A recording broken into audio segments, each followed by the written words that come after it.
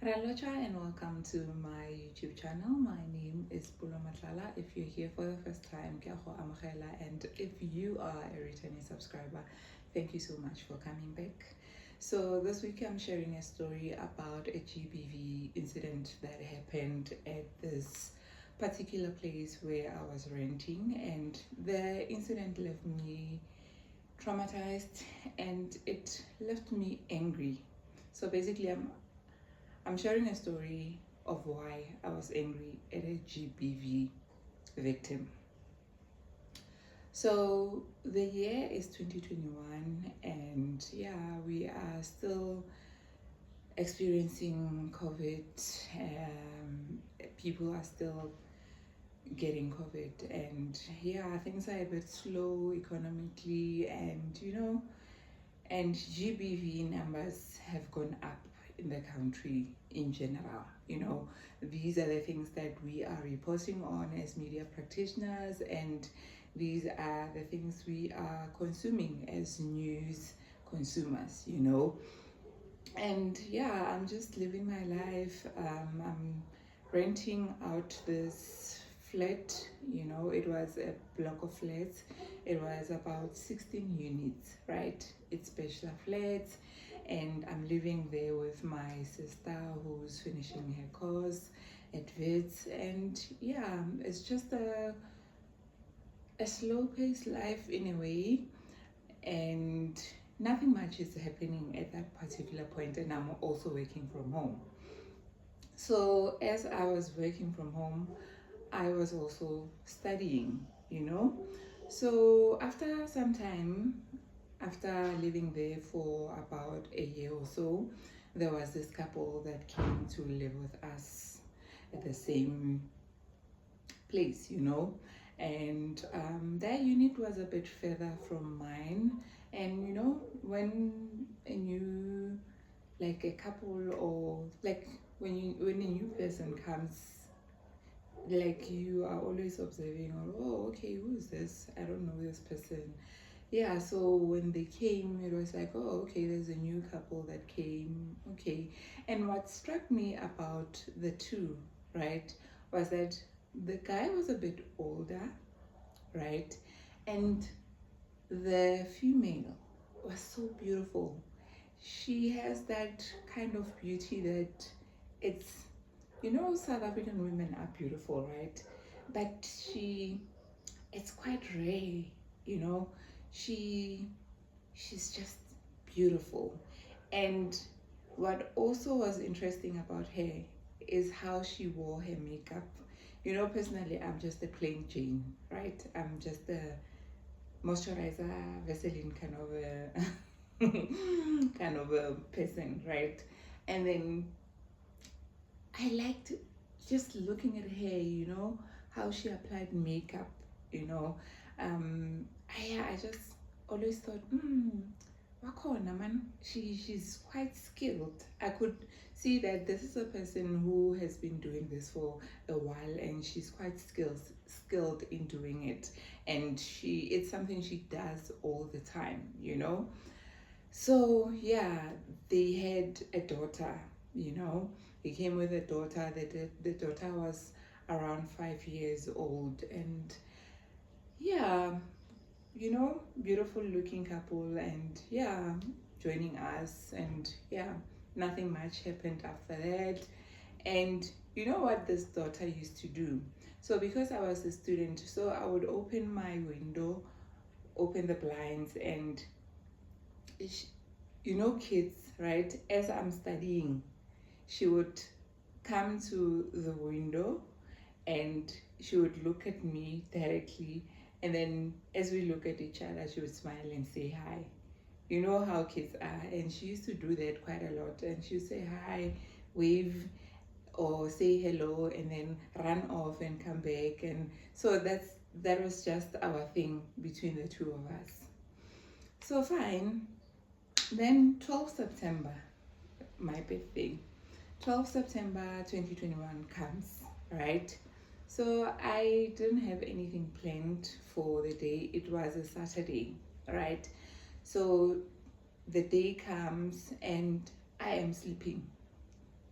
My sister had woken up and she was studying, and I'm just sleeping, normal day, normal morning, right? Fine. Then all of a sudden there's a bang on the door. How? I'm thinking to myself that who could be banging? It's not a knock, it's a bang on the door. And I'm thinking to myself, who could be banging the door at 5 a.m. in the morning? Who is that? Because I don't have those kinds of friends who would wake me up so early in the morning. And why would someone do this and so early in the morning?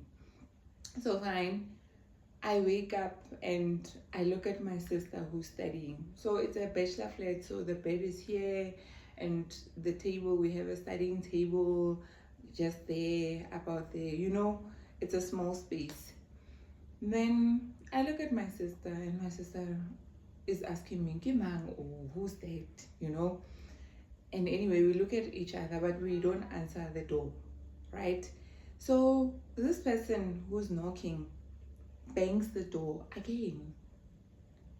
It's continuing until I wake up. And then I wake up, and when I opened the door, I couldn't believe what I was seeing. It was the 5-year-old who was banging the door. I was expecting an adult. At this point, I'm shocked that why is this little human being banging the door so early in the morning? I am confused as to what is happening. So fine, I open the door, I open the butler.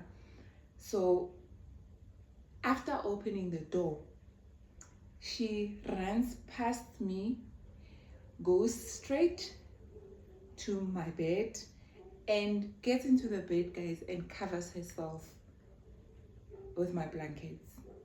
And I'm looking at my sister, we are looking at her, we are confused as to what is happening, and the shock as well, because we were both expecting an adult to be knocking and banging the door like that. So well, fine. And then from then on, I step outside, and then now I'm hearing the commotion that is happening outside. It is the parents to this girl, 5-year-old girl, who are arguing. There's an exchange. And then the guy is saying that no, you must leave, Tamaya. And then the lady is screaming. She is saying that I'm not gonna leave. I'm your wife. I'm married to you. And where am I supposed to go? And I'm tired of you beating me up.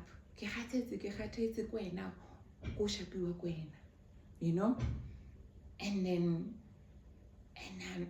yeah, at that point I am just shocked, because for a while, they had been living with us, I think for 2 months at that point, right? And I was not aware that this thing was happening, like, just not far away from us.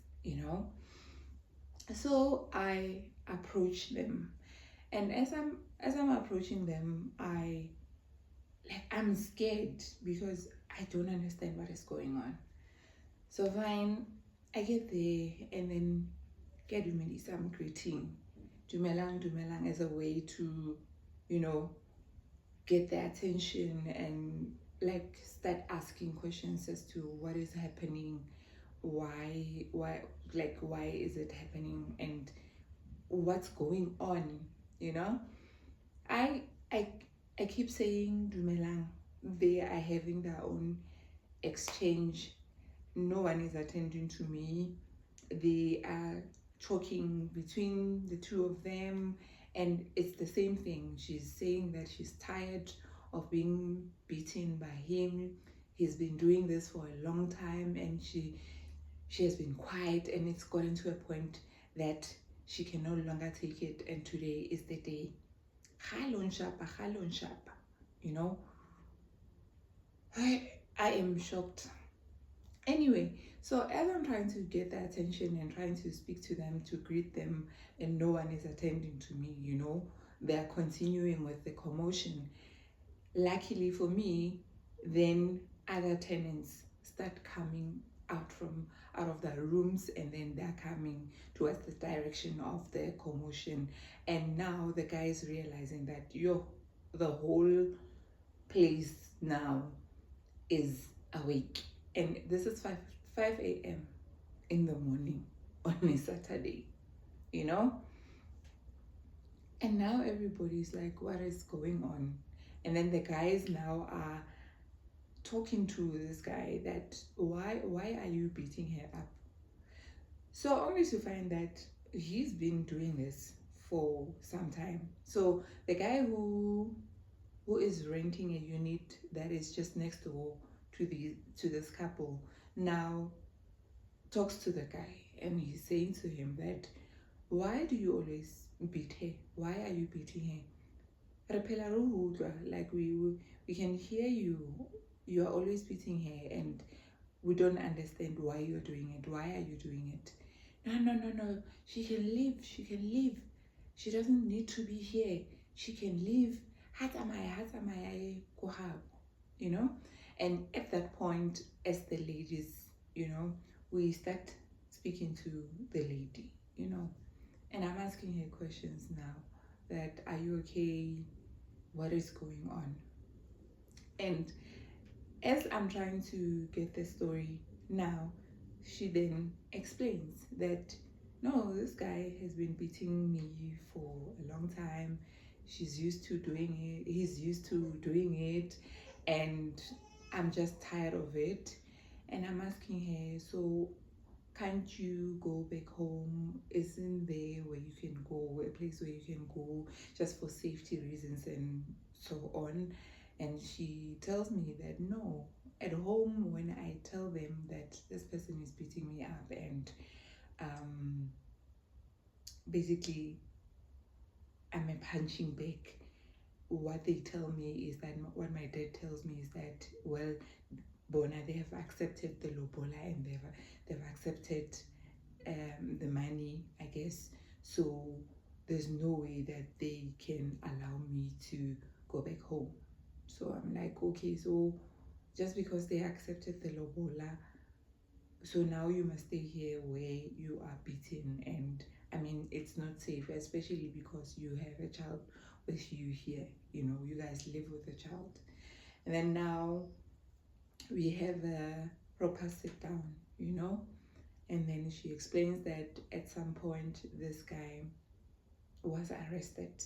So this guy is a hustler, he hustles for a living, and the hustling is criminal activity, and this guy is wanted by the police, for whatever criminal activity that he's involved in. Of course, she's not sharing details of this thing, and then of whatever that he has been doing or he's been up to.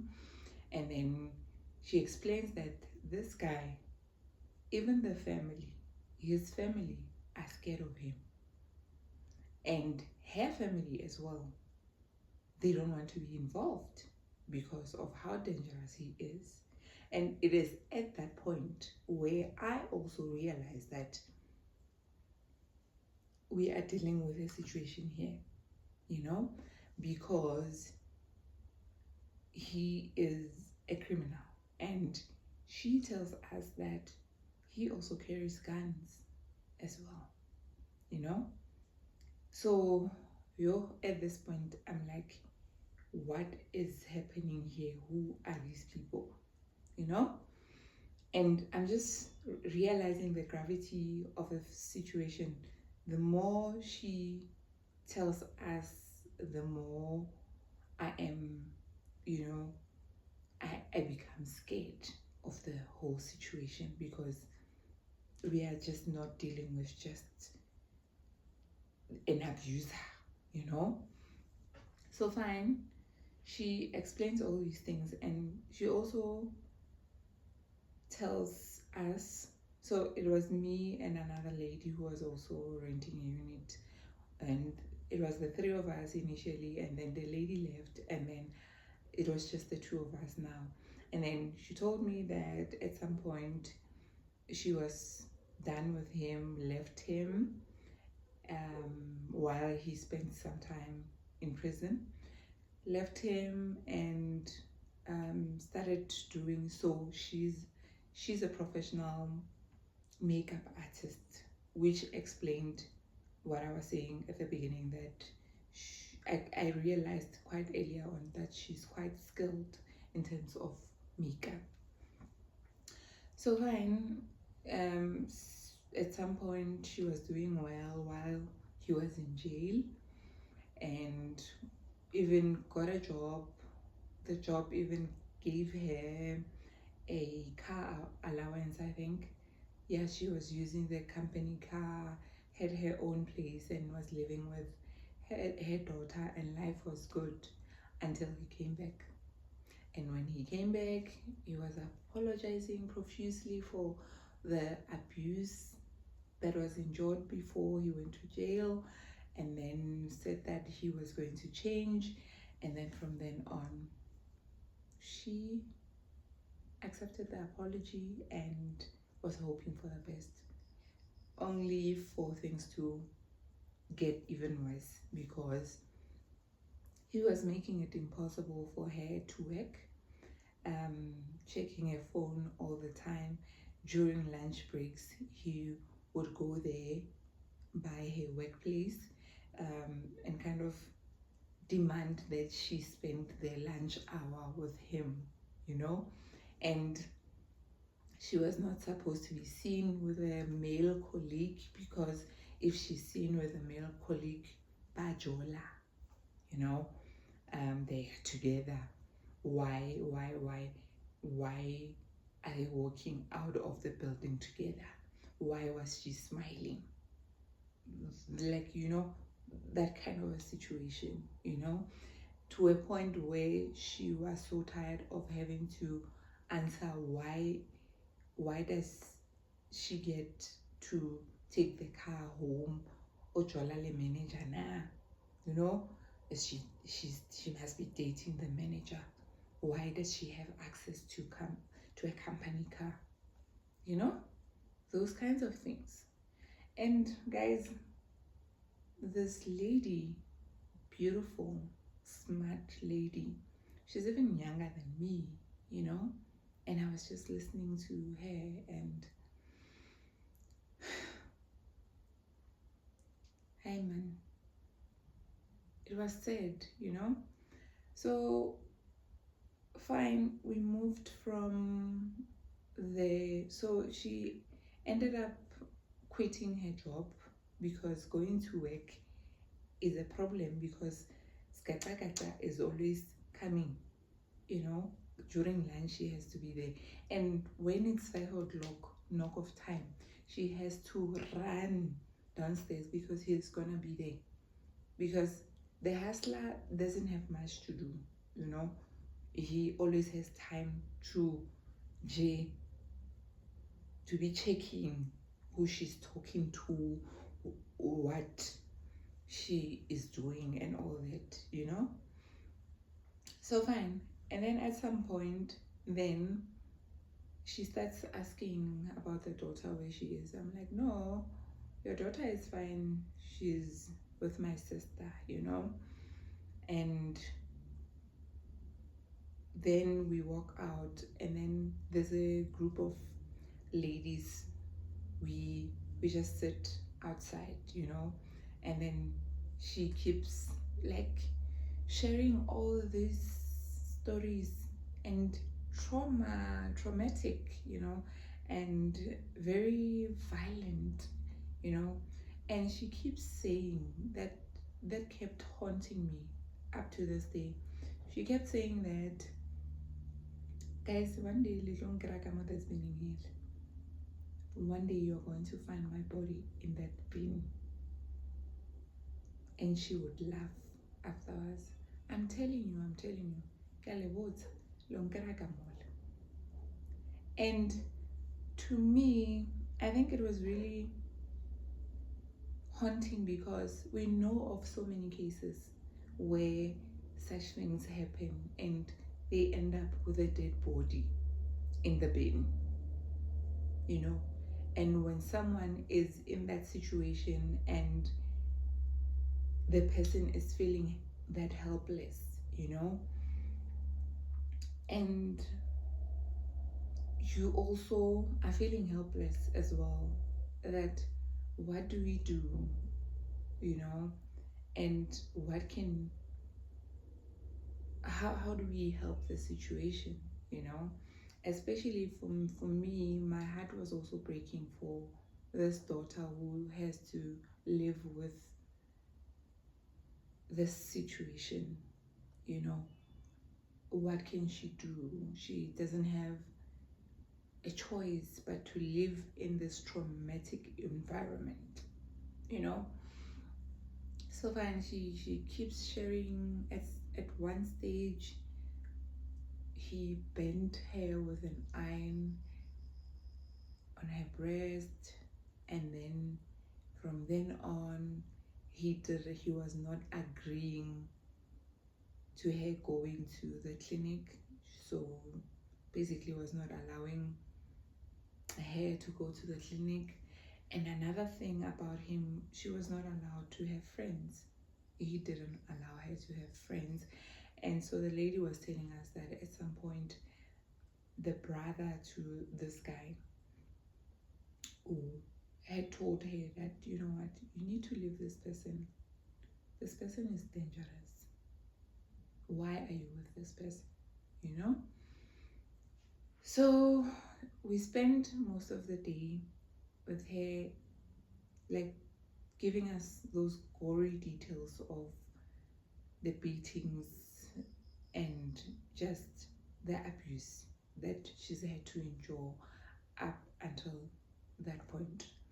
And she also explained that they have, up to that point, they had been moving around from one place to the next, because wherever they go, at the end of the day, he fights with someone around, because when people try to intervene in the situation, they have to now pack and leave, because he's an abuser and he wants to be comfortable, you know, wants to be at a place where he can abuse her, I guess, peacefully. So I think what was heartbreaking about the whole situation was that she could not go back home. She was not allowed to go back home because the dad had said to her that the lobola has been paid, we took the lobola. Already any kind of situation, we don't want to be involved. And I was like, oh my God, why would your parents do that, you know? But anyway, so during the day, as she was busy telling us all these things, she tried to go to the daughter, to get her to, you know, go back to their room so that she starts eating and get on basically with the day. But the daughter refused. She refused to go with her mother. That was another painful thing to watch, because she refused and she was trying, saying, sorry Nana, it's okay now, this guy. But the 5-year-old was just not budging. So we ended up, so my sister had given her something for breakfast, and then from then on I took the 5-year-old for a walk to get her a kota, and I'm trying to have like a conversation with her, you know, that like trying to get her to forget, you know, in a way, that, okay, you go to crash, so what do you guys do there? Who are your friends? I'm trying to get to have a conversation, although she's not saying much, but she seems okay. She seems to kind of trust me in a way, because I think that I didn't know personally, you know up until that point, when we were engaging, when that thing that she was doing, where she would come to my window and she would say hi and she would run off, it was kind of a way of creating some kind of a bond that I was not even aware. I was not even paying attention to the situation, that it created some level of trust, I guess, for her. Hence, I think she ran, you know. And the guys had that previous night, the Friday, that guy was coming from a pub of some sort. He'd spent the whole night there, and then from spending the whole night there, comes back in the morning, and then when he gets home, creates chaos and wants to beat her up and just create chaos. So, and then the way he was talking, you could get the fact that he knew that she had nowhere to go, that hence he kept saying, Tsamaya, Tsamaya, Tsamaya, go batle mo. Anyway, Tsamaya, also Tsamaya, And yeah, I was, part of me was so angry, I was so angry that, why do people have to endure this level of pain and humiliation? And then when we came back from buying the quota, she had her quota, still refusing to go to the mother. And then at some point, at a later stage in the day, then she agreed to leave, and that guy had left in the morning after the commotion, after everyone being involved. He left, and I think that night we were very alert, we're listening in, that I hope, because my sister and I we kept saying, we hope Satanela e khutli, because ha e khutlile e tlo re tshwenya, we hope that she doesn't come back, at least for the night, so that we have peace, Okay, fine. He doesn't come back, and then he must have probably, or maybe he came back way later in the night, there was no commotion. And then in the morning, as I wake up, I see the couple, going down the stairs, because we lived upstairs. The couple lived upstairs as well, guys. So they are walking out, and I'm listening into the conversation, and at some point she says, yeah, baby, in sure, has set me off. I was kind of, and then they're smiling, and it's a normal day, it's a normal day, a normal couple, and they're going wherever that they're going. As they're starting the car, she's okay, and it seems like everything is fine. My bitterness, yak. Especially when I was looking at the daughter, I was so bitter. I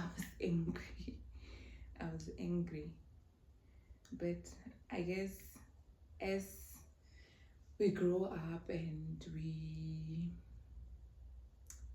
we get exposed to conversations around this GBV and GBV, victims as they tell their story in terms of how they're thinking and what's going on with them. You kind of get a sense of understanding, but to be honest with you, I was so angry, especially because I was just too worried about the daughter, and what was going to happen moving forward. Okay, that was the Sunday. Monday goes, no drama. Then on a Tuesday, this guy comes back from wherever he was coming back from with a van, So comes with a van and they're loading their stuff on the van.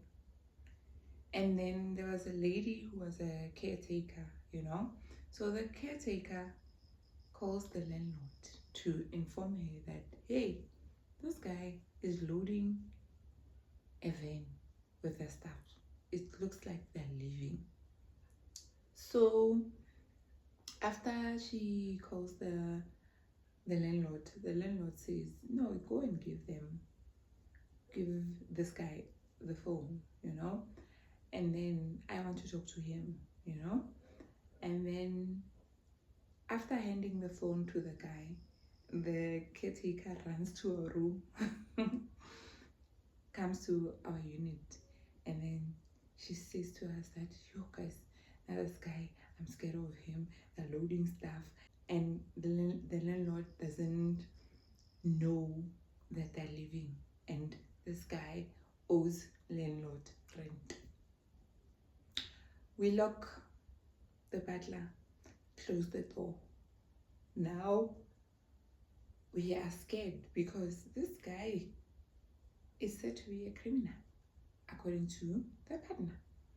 So fine, we wait, the landlord comes, and then commotion again outside. Now it's an exchange with the landlord. The landlord says, why are you guys leaving? And then, you guys owe me. You owe me money, and what are we going to do with the money? Hey, shelter or curry? It's the guy. I'll look at shelter.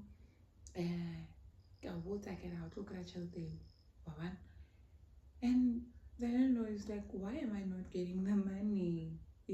Why am I not getting the money? Because it's unfair. You guys said you're going to pay, and you didn't pay rent. And why? And also, why are you leaving now?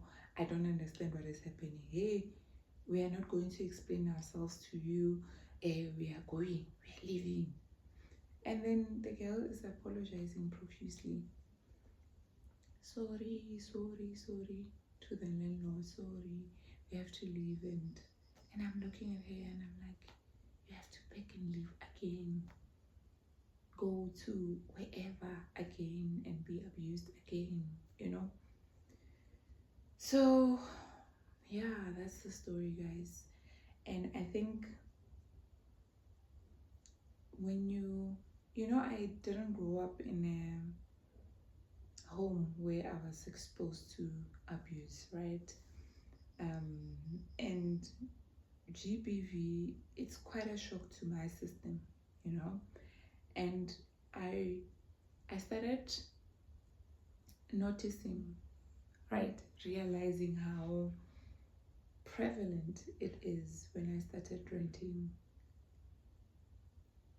These places where you go and rent, it's almost like there'll always be that abuser somewhere who's just gonna abuse you. You hear a woman screaming and you realize that there's scourge, and you realize that there's so much that needs to be done. And I think what's making us powerless is that the power is with the victim. it's the victim that has to go and open a case, you know, and the victim is going through a lot psychologically and just mentally, physically, emotionally, and otherwise. The victim is going through a lot. So how do you give such a huge responsibility, you know, to a victim? Unlike with, you know, cases like murder, we don't wait for the victim's family, you know, to open a case. So it's just crime against humanity, you know, and then the police take over.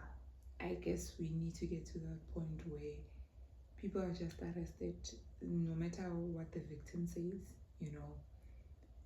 But yeah, that's the story, and I feel so when it comes to GBV, it's a case where it's almost like you feel so defeated, powerless, that what do I do? I know about a friend that is abused and she's not ready to go and open a case against this person. What do I do as a, you know, as a friend? What do I do as a family member, you know? And we have a long way in terms of answering that question.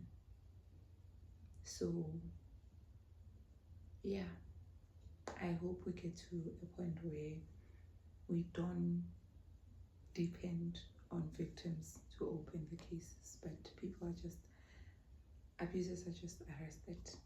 Anyway, that's the story for this week. I know it's a bit depressing, and I'm hoping, so they left, I'm hoping that wherever that they are still alive, the daughter and the mother, and that somehow God has given her strength to get away from the abuser. I hope he's in jail, and I hope he doesn't get another opportunity to lay a hand on any other woman.